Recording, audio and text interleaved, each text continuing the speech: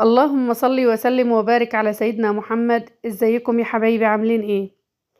وجبات الخير، وجبات الخير يا حبايب قلبي، كل عام وانتم بخير يا ربي، وتنعاد عليكم بالامن والامان يا رب العالمين. النهارده يا حبايبي هنعمل وجبات الخير. هتعملي ايه يا ام سيف لوجبات الخير؟ هنعمل يا حبايبي دجاج مشوي، هنعمل بطاطس، صواني بطاطس في الفرن، هنعمل رز بسمتي، وهنعمل كمان التومية العسل السكر اللي بتتاكل مع الدجاج المشوي. هنشوي دجاج يا حبايب قلبي بطريقة سهلة وبسيطة جدا جدا جدا.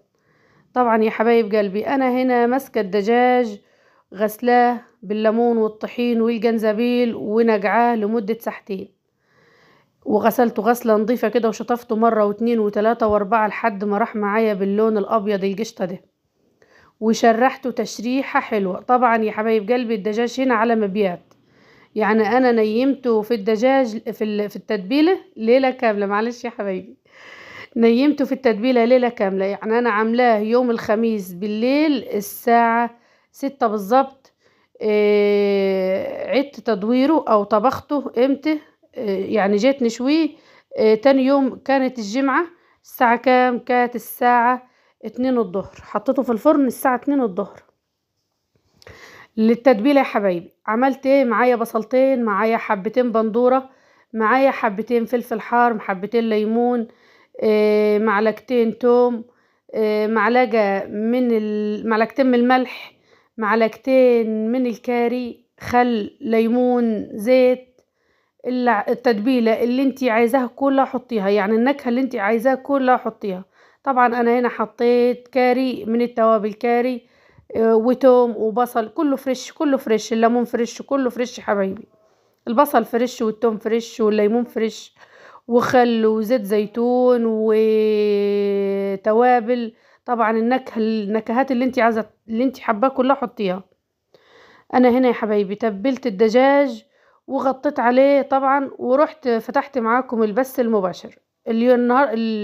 الساعه دي كانت امتى؟ كانت يوم الخميس يا حبايبي، يوم الخميس الساعه كام؟ الساعه 6 المغرب، الساعه 6 بعد المغرب. يعني يا حبايبي انا عملت التتبيله ديت على مبيات. لما تتبلي دجاجك وتبيتيه، او لما تعمليها قبلها بخمس ست ساعات، بيقوم الدجاج يشرب من التتبيله ويبقى طعمته حلوه يا حبايبي. طبعا ده تاني يوم، كان تاني يوم يا حبايبي بالظبط، كان تاني يوم. يوم ما تبلته كان يوم الخميس، يوم ما طبخته كان يوم الجمعة. اول اشي هنبلش فيه يا حبايبي في وجبات الخير هنعمل ايه؟ هندخل الدجاج في الفرن. اول شي الدجاج هندخله في الفرن، لان ما شاء الله ما شاء الله بيكفي عليه كده. لا اله الا الله. هنا يا حبايبي رصيت الدجاج رصة حلوة. طبعا لازم صينية مستطيلة كده، عشان الفرن تبعي مستطيل، مش جاي مربع، لا مستطيل، فلازم الصواني اللي بندخلها في الفرن تكون مستطيلة. طبعا ما شاء الله معايا كم وجبة؟ معايا فوق من 15 وجبة، معايا 15 وجبة. انتي بلشي ب15، انتي بلشي باللي تقدري عليه. لو جاجة بلشي بيها.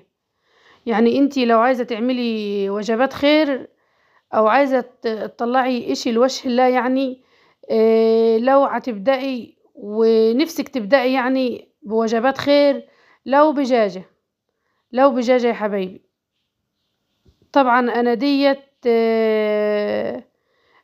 لاخويا الغالي بصلاحان الحال والرزق وان ربنا يحميه يا رب العالمين. من اخوك يا ام سيف. في الاخر يا حبايبي هتشوفوا الفيديو، في الاخر هتشوفوا الفيديو وجبات الخير ديت، مشان مين؟ ومشان ربنا يحفظه ويحميه يا رب ويوسع عليه. هنا بقى يا حبايبي شلت الدجاج حطيته في الفرن، وبس حسيت ان الدجاج غلي ورحت موطيه الفرن على السن خالص، لان انتوا عارفين الدجاج ما بياخدش سوا. وبعدين انا حاطه في التتبيله خل، يعني ما شاء الله بدوب بسرعه كده. طبعا معايا كل كميه البطاطس دي هنقطعها كلها زي ما انتوا هتشوفوا دلوقتي. معايا هنا كام كيلو بطاطس او بطاطا. معايا هنا 7 كيلو من البطاطس. معايا 7 كيلو من البطاطس عليهم كيلو من البصل، يعني 7 كيلو بطاطس عليهم كيلو من البصل. بعد ما فرمت البطاطس كلها يا حبايبي ونزلتها في ميه كده وملح وشويه خل بساط، عشان انتوا عارفين انا مدمنه خل يا حبايبي، بحب الخل على ينغسل بالخضار. يعني انا بحب اغسل الخل بجميع الخضار. اغسلوا دايما يا حبايبي، خلوا قدامكم الخل، اغسلوا بيه خضاركم، اغسلوا بيه كل شيء. الخل يا حبايبي معقم، الخل بيموت الجراثيم. الخل كمان المواعين بيموت الجراثيم في المواعين. لو انتي بدك تغسلي المواعين بالخل، يعني وانتي بتغسلي المواعين حط شوية خل بصد في الطبق قدامك. الخل يا حبايبي بموت الجراثيم في الخضار، في غسيل المواعين، في غسيل الملابس. اي والله يا حبايبي، في كل، وانت بتشطفي في البيت حطي شويه خل، وانت بتغسلي الملابس حطي شويه خل. الخل يا حبايبي حطيه قدامك ورخيص يعني مش غالي.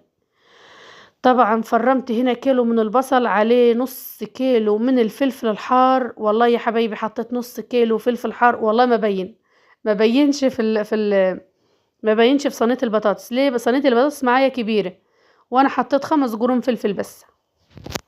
كانت طعمتها سكر يا حبايبي. حطيت معلقتين فلفل اسود، حطيت معلقتين ملح، معلقتين توم، ومسكت كده دعكت البصل بالملح بالفلفل بالحاجات العسل ديت، المنكهات العسل دي. دعكت البصل دحكة حلوة عشان بدي اتبل كله ببعضه كده عشان يتبل معايا البطاطس. لان انا برضو عملت صينية البطاطس وركنتها كده على الطاولة اللي قدامي ديت لحد بس صينية الدجاج ما تطلع من الفرن. شوفوا صينية الدجاج خدت في الفرن ساعة بالظبط. الساعة ديت البطاطس تمت متبلة في البصل والثوم والفلفل والحاجات العسل والشبت. يا سلام يا سلام يا ولاد، كانت خطيرة والله العظيم، كانت خطيرة والله. هنقول لكم كانت أطعم من الدجاج. والله يا روحي كانت أطعم من الدجاج. جربوها يا حبايبي، جربوها سكر، هي كانت بدون دجاج بدون لحمة بدون أي شيء، كانت طعمتها عسل. جربوها يا حبايبي وقولوا لي رأيكم. طبعا يا حبايبي عايزين تعملوا فاصوليا بيصير لوجبات الخير. فاصوليا عايزة تعمل بسلة بالجزر، عايزة تعملي كوسة، وجبات الخير يا حبايبي. بس انت كده استعدي وقولي يا الله في دجاجة، في كيلو لحمة مفروم اعمليه كفتة واعملي معاه شوية طحينة وشوية سلطة وشوية رز بسمتي.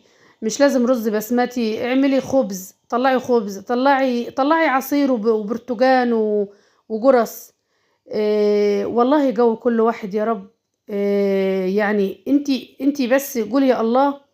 ولو انتي حابة يعني مش لازم دجاج، مش لازم لحمة، مش لازم من الحاجات دي. لو انتي عايزة نفسك تعملي وجبات خير ونفسك ان انتي تستعدي ونفسك تطلعي وجبات خير، مش لازم لحمة، مش لازم دجاج. هاتيلك 10 جرس من الفرن، هاتيلك 10 علب عصير، هاتيلك 2 كيلو برتقان، 2 كيلو موز، وعبي كل صباع موز وحبة برتقانة وقرصة وعلبة عصير في كيس وروحي فرجيهم. يعني زي واحدة قاعدة بشوية خضار اديها كيس، هتفطر وهتاكل خضار، هتاكل جرس وهتشرب عصير، تاكل فاكهة وهتنبسط وهتملى بطنها من وجبة خير بسيطة انتي عاملاها، بس عند ربنا كبيرة كبيرة كبيرة كبيرة. طبعا يا حبايبي هنا حطيت زيت وحطيت البندورة وحطيت كمان شوية شبت وركنتها كده، خليها بقى تتبل لحد ما نطلع الدجاج من الفرن، ندخلها على طول ونطلع الدجاج. تعالوا بقى هنا يا حبايبي نعمل مع بعض الرز البسمتي. معايا هنا كام كيلو رز بسمتي؟ معايا 5 كيلو. نزلت بصحنين وادي التالت وادي الرابع وادي الرابع وادي الرابع وادي الرابع وادي الخامس. عملت يا حبايبي مع الدجاج ومع صينية البطاطس، عملت معاهم حلتين رز، كانوا والله العظيم يا حبايبي كان طعمتهم ما شاء الله ما شاء الله. والله يا حبايبي انا عمالة نحلف لكم، لاني عايزة اوصل لكم الصورة بتاعت طعم الاكل بتاع ما شاء الله. وجبات الخير دي يا حبايبي بتبقى مبروكة، والله بتبقى مبروكة، يعني بتبقى ما شاء الله ربنا بيبارك فيه. يعني انتي بتبقي عاملة حساب ان انتي هتعملي مثلا 10 وجبات، بتبص تلاقيهم 15 وجبة 20 وجبة، ازاي ما تعرفيش؟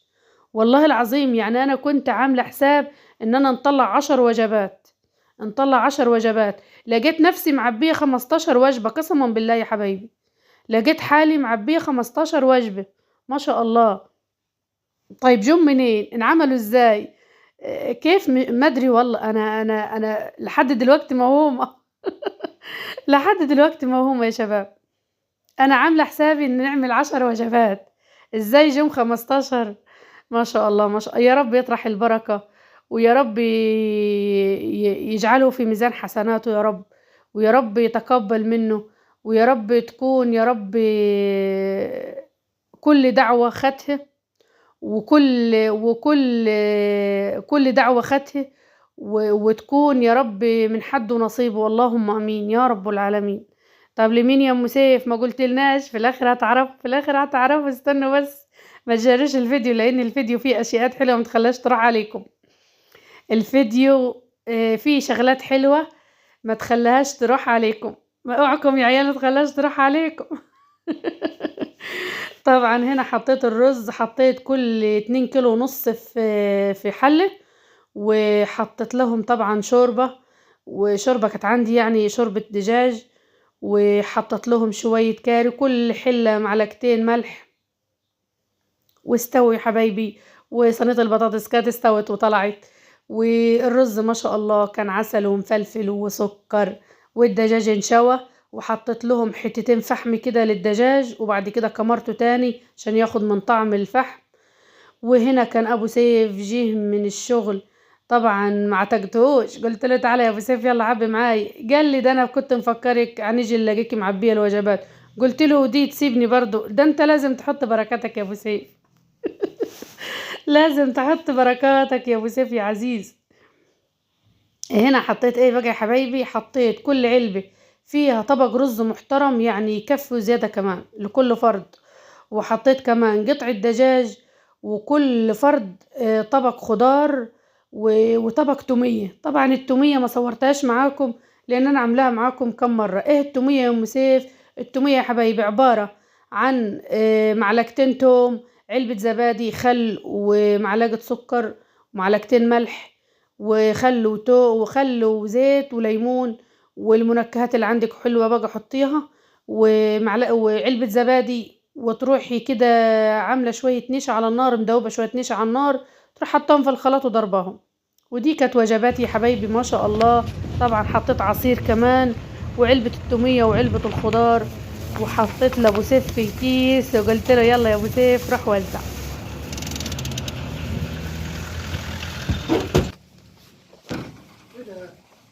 وجبه واحد عايز دعوه بصلاح الحال. يا سيدي الله يصلح حاله.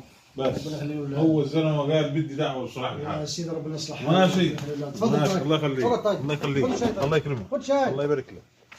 يا عم ربنا جزاه الله كل خير. حياك الله يا رب. الله يرضى عنك. ايش البيت؟ واحد عامل نفع بده دعوه بصلاح حاله. يصلح حاله حقي. يقول الله يصلح حاله صالح. امين. تفضل. الله يخليك. تعال. الله يبارك لك. تعال.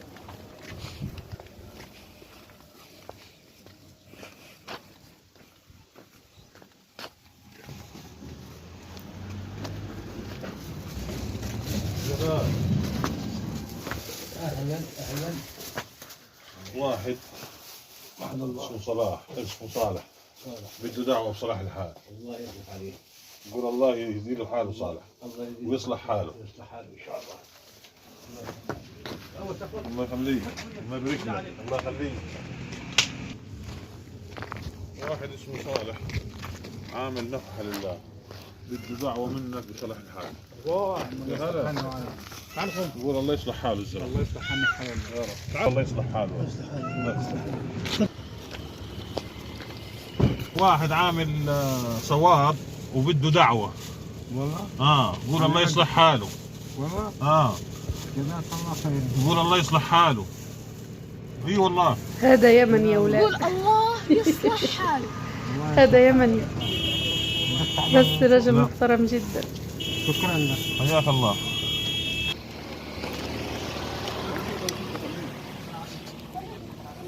تعال ولا تعال والله. تعال طيب. تعال يا رجل. احنا استنوناك يا مان. انت بتطبخ ولا ايه؟ والله يصلح حال، والله يشفيها مليون مرة. بالله عليك تدعي له. والله تدعي له يا ولد والله. طب اقعد طبعا. يعمل وجه الله والله. طب الله يخوف.